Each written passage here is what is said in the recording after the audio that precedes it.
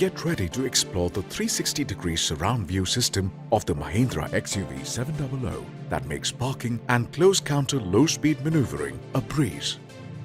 The surround view system in the XUV700 utilizes 4 strategically placed cameras to give you a complete view of your vehicle's surroundings.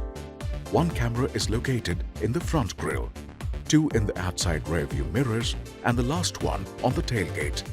When you slot the car in reverse, the 360-degree camera automatically comes on the infotainment screen.